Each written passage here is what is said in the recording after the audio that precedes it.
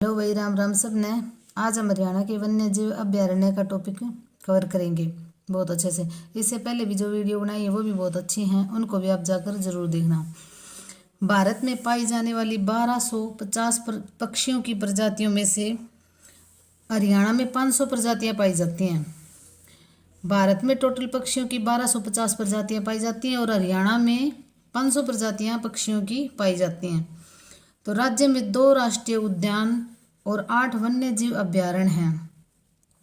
देश में राष्ट्रीय वन नीति बनी थी 1988 में, जिसमें ये तय हुआ था कि हर राज्य अपने जो भी कुल क्षेत्रफल है उसके 33% पर वन लगाएगा। लेकिन हरियाणा ने इस बात को नहीं माना और हरियाणा ने ये कहा कि भाई हमारी ज़मीन उपजाऊ है तो हम देश का पेट भरने के लिए अन्न उपजाएंगे, यहाँ पानी भी मिट्टी भी अच्छी है, तो उन्होंने अपने वन को कम ही रखा।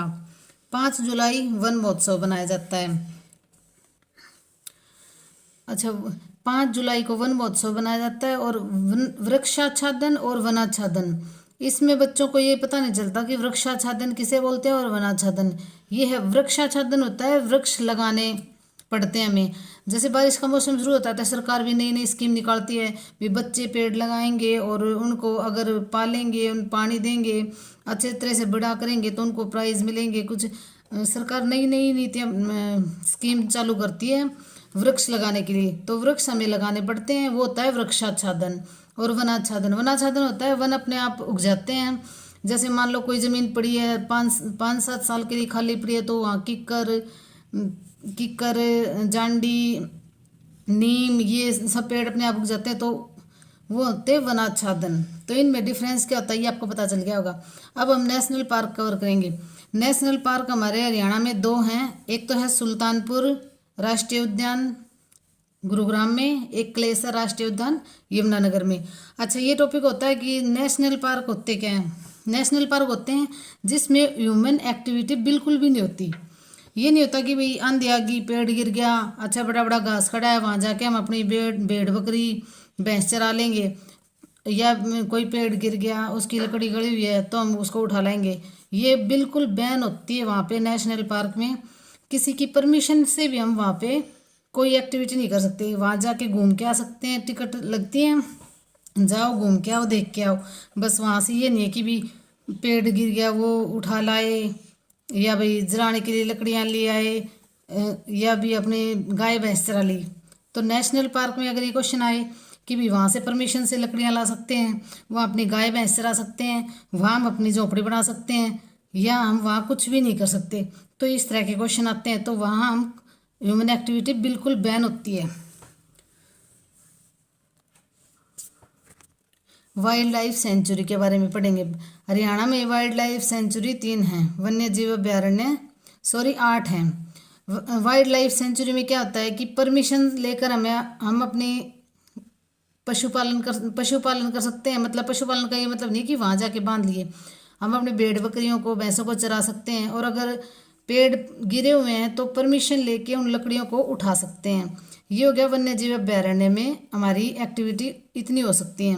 हरियाणा में 8 वन्य जीव अभ्यारण्य हैं और कुल 23,441.17 हेक्टेयर में ये जो 8 वन्य जीव अभ्यारण्य ये फैले हुए हैं।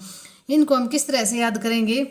2 3 4 4 1। देखो कितना इजी है, ये गिनती है 2 3 4 फिर 4 1, तो 23,441.17 हेक्टेयर में ये वन्य जीव अभ्यारण्य फैले हुए हैं। हरियाणा में कुल 8 वन्य जीव अभ्यारण्य हैं और जिनका क्षेत्रफल है 23,441.17 हेक्टेयर।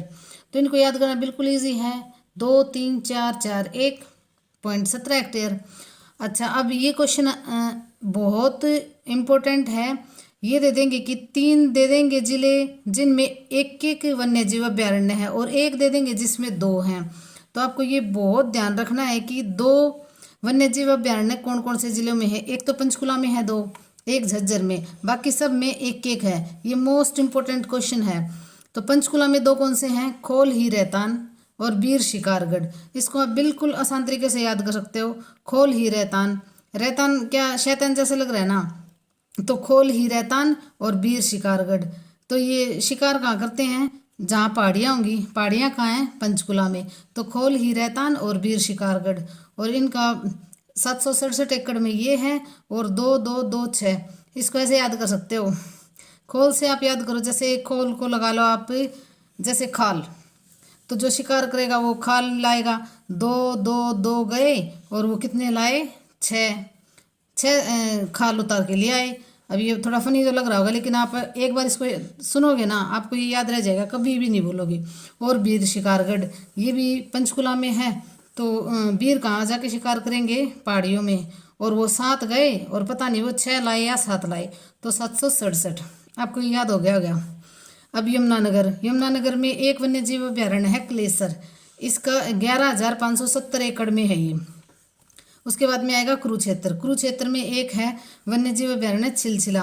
अच्छा, छिलछिला को आप कैसे याद करोगे? कुरुक्षेत्र में युद्ध हुआ था, तो उसको ऐसे याद कर लो कि मार दिए थे, काट दिए थे, छील दिए थे, तो कुरुक्षेत्र में छिलछिला 71 एकड़। अच्छा, ये भी इंपॉर्टेंट क्वेश्चन है, ये पूछ लेंगे, सबसे छोटा वन्य जीव अभ्यारण्य तो है ये कुरुक्षेत्र का छिलछिला, सबसे छोटा, ओनली 71 एकड़ में। उसके बाद में आएगा सिरसा, सिरसा में हमारा एक है।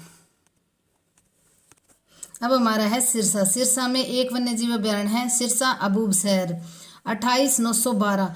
ये सिरसा वाला जो है ये सबसे बड़ा है, इसका क्षेत्रफल है 28912, 28,912, ये आपको याद करना पड़ेगा। 28,912 अबूब शहर, अबूब शहर देखो इसमें कितने सारे अक्षर, तो ये सबसे बड़ा है।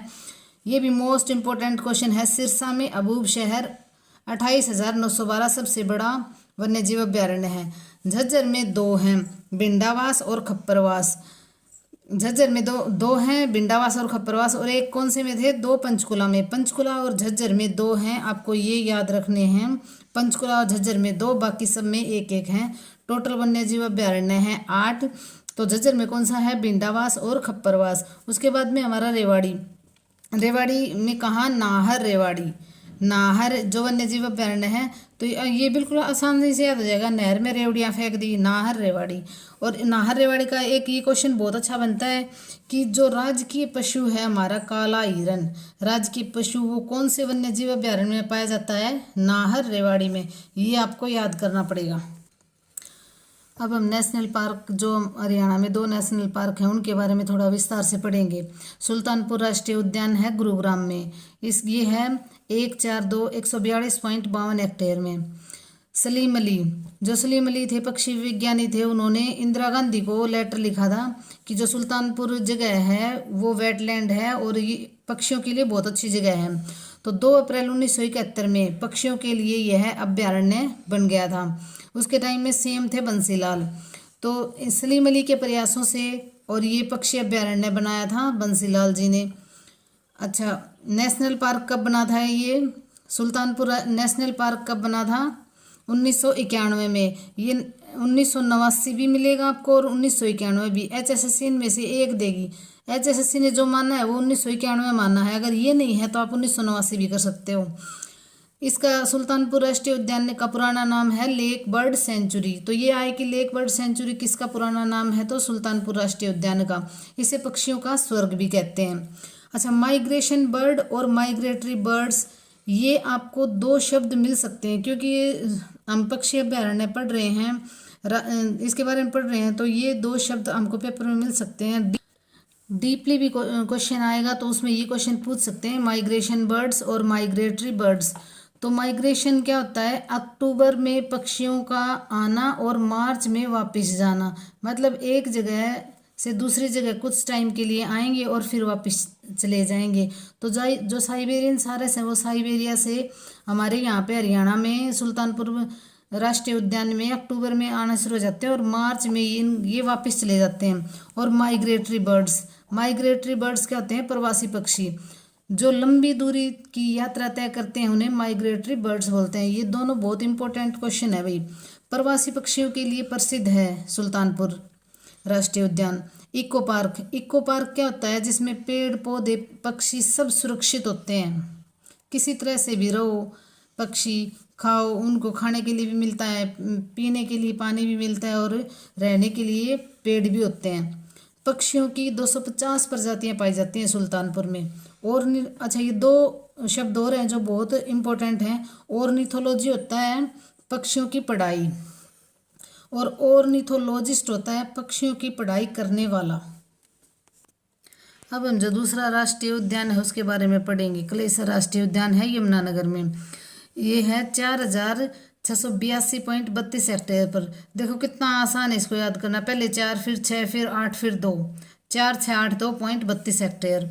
यह उद्यान जंगली मुर्गों के लिए प्रसिद्ध है।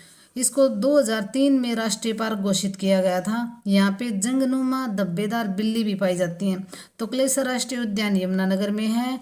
4682.32 हेक्टेयर का क्षेत्रफल है। यहाँ पे जंगली मुर्गे पाए जाते हैं। 2003 में राष्ट्रीय पार्क घोषित किया गया था और जंगनुमा धब्बेदार बिल्ली भी यहाँ पाई गई है।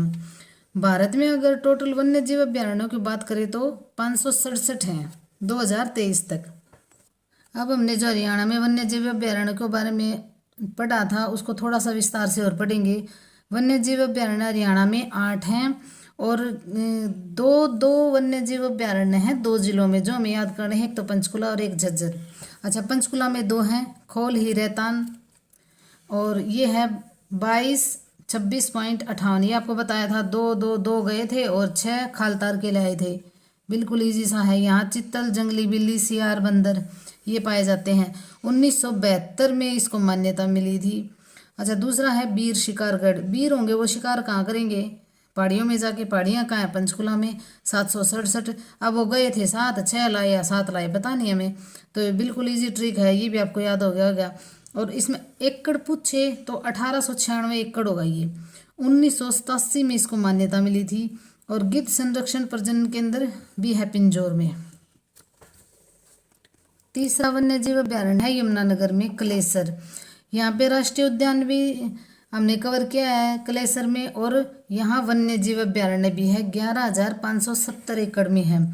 यहाँ पे मोस्ट इम्पोर्टेंट है ये यमुनानगर के जो क्लेसर है वन्य जीव, इसमें सिंदूर का पेड़ पाया जाता है, सांबर, चित्तल, भौंकने वाला हिरन और नीलगाय। पर्यावरण संवेदनशील क्षेत्र है। अच्छा, पर्यावरण संवेदनशील क्षेत्र क्या होता है? अगर संवेदनशील क्षेत्र हम घोषित कर देते हैं सरकार, तो वहाँ अगर ज़्यादा प्रदूषण होता है तो हम उन उद्योगों पर रोक लगा सकते हैं। उसके बाद में है कुरुक्षेत्र। कुरुक्षेत्र में है छिलछिला। आपको बताया था कुरुक्षेत्र की लड़ाई हुई थी तो वहाँ आदमी मार दिए थे, छील दिए थे, काट दिए थे। तो कुरुक्षेत्र में है छिलछिला। 1986 में इसको मान्यता मिली थी और 71 एकड़। सबसे छोटा है ये कुरुक्षेत्र वाला। इसको सियोनथी नाम भी है इसका। तो ये बहुत इम्पोर्टेंट है। कुरुक्षेत्र में छिलछिला 1986 में मान्यता, सबसे छोटा है, 71 एकड़ में है और इसका दूसरा नाम है सियोनथी। सिरसा में है अबूब शहर। 1987 में स्थापित हुआ था और 28,912 एकड़। ये सबसे बड़ा है। कम्युनिटी रिजर्व, वहाँ के जो आसपास के लोग थे ना, उन्होंने कहा कि जो सरकार के साथ साथ हम भी इसको वन्य जीव अभ्यारण्य की देखभाल करेंगे। तो अगर ये पूछे कम्युनिटी रिजर्व कौन सा है, तो सिरसा का अबूब शहर, और ये सबसे बड़ा है। 28,912 एकड़। मोस्ट इम्पोर्टेंट क्वेश्चन है। उसके बाद में हम आते हैं झज्जर। झज्जर में 2 हैं, एक भिंडावास और एक खप्परवास। भिंडावास 1986 में पक्षी अभ्यारण्य घोषित किया गया था। 2009 में इसे वन्य जीव अभ्यारण्य घोषित किया गया था। सबसे सुंदर झील है, अगर ये पूछे हरियाणा की सबसे सुंदर झील कौन सी है, तो भिंडावास। 250 प्रजातियां पक्षियों की पाई जाती हैं। टोटल हरियाणा में 500 पक्षियों की प्रजातियां पाई जाती हैं। उनमें से 250 प्रजातियां कहाँ पाई जाती हैं? भिंडावास। और सबसे सुंदर भी यही है। भारत सरकार ने 3 जून 2009 में मान्यता दी थी इसको। भारत सरकार ने 3 जून 2009 में मान्यता दे दी थी इसको। अच्छा, ये वेटलैंड आर्द्र भूमि है। जो भिंडावास वन्य जीव अभयारण्य है, ये वेटलैंड है, आर्द्र भूमि। आर्द्र भूमि क्या होती है इसके बारे में थोड़ा सा जान लेते हैं। ईरान देश की रामसर शहर में 1971 में रामसर समझौता हुआ था। तो 1971 में ईरान देश में रामसर समझौता हुआ था। भिंडावास रामसर साइट में शामिल हो गई है।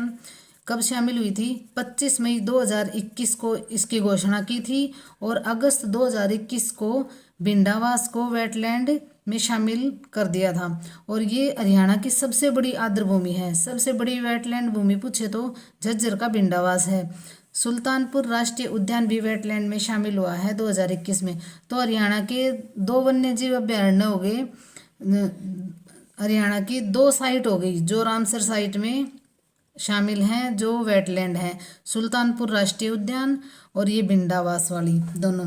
अब हम खप्परवास के बारे में पढ़ेंगे। खप्परवास क्या कहाँ है? झज्जर में ही है। इनका 1.5 किलोमीटर का ही फासला है, भिंडावास और खप्परवास। 1987 में पक्षी अभ्यारण्य घोषित और 1991 में इसे मान्यता दे दी गई थी। अच्छा, ESZ, ये भी इम्पोर्टेंट क्वेश्चन बनता है। ESZ की फुल फॉर्म पूछ लेंगे, इको सेंसिटिव जोन्स, पर्यावरण संवेदनशील क्षेत्र। मैंने आपको पहले बताया था। जैविक विविधता के आधार पर प्रदूषण अधिक होने पर उद्योगों व प्रक्रियाओं पर प्रतिबंध लगा सकते हैं। रेवाड़ी में है नाहर, 1987 में स्थापित, और काला हिरण राज्य के पशु। ये भी मोस्ट इम्पोर्टेंट क्वेश्चन है। अगर ये पूछ लें कि हमारा हरियाणा का राजकीय पशु कौन से वन्यजीव अभ्यारण्य में पाया जाता है, तो नाहर रेवाड़ी। नहर में रेवड़ियाँ फेंक दी, इससे आपको याद हो जाएगा नाहर रेवाड़ी। और 2009 में इसे संवेदनशील घोषित किया गया था। ये इंपॉर्टेंट क्वेश्चन यूं ही बनेगा कि नाहर कहाँ है? रेवाड़ी में। और जहाँ पे राज्य के पशु पाया जाता है हमारा काला हिरण। तो एकमात्र वन्यजीव अभ्यारण्य है जिसमें हमारा राज्य के पशु पाया जाता है, नाहर रेवाड़ी।